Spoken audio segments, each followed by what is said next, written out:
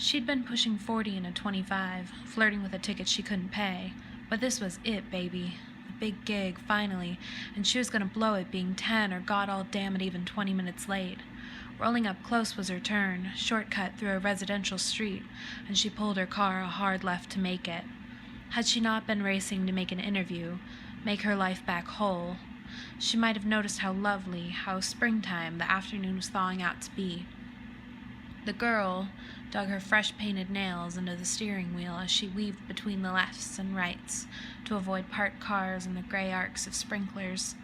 Seeing nobody around, no dog walkers or kids coming home from school or elderly men looking at other lives out on their porch, she risked bringing her speed up again to 35. Houses and cars and dead lawns blurred by. It was only until she drove past too many, too much, did she realize with that sinking shit feeling that she had taken the wrong turn. There was no room on the road to spin her car around and try to fix her mistake, no clear driveway to pull into and reverse out. She was already 16 minutes late. So okay, she'd try finding a cul-de-sac to loop through. She covered her car's analog clock with the restaurant's business card and kept going. The only noise to be made out of this entire place built for life and people was the air pulsing through her cracked windows and the rattle of an engine on its last trek. Of course the girl, in her bit-back misery, didn't hear any of this.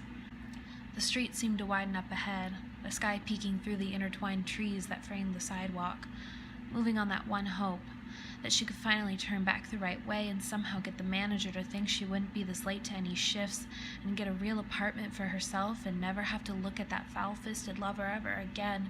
She put more weight on the accelerant and didn't even see the pole that came cutting into the front of the Buick. The glass tinkled, its sound of fragility signing off, as it shattered and sprinkled the ground below.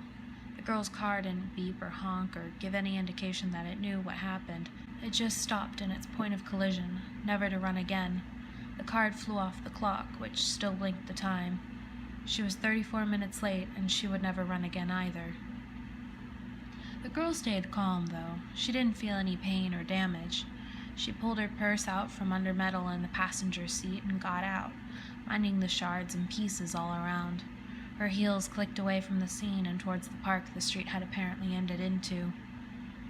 Up a hill in the distance, two blonde heads gleamed under the now full-out sunshine.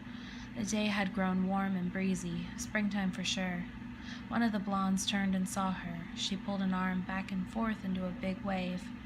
"Hey," the pleasant voice called out. "Come on up."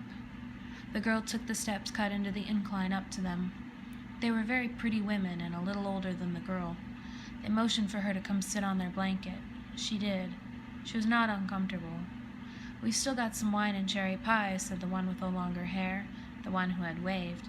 "Please, help yourself." The girl poured herself a glass, cut herself a slice. She stole a glance down back at her wrecked car and last hope.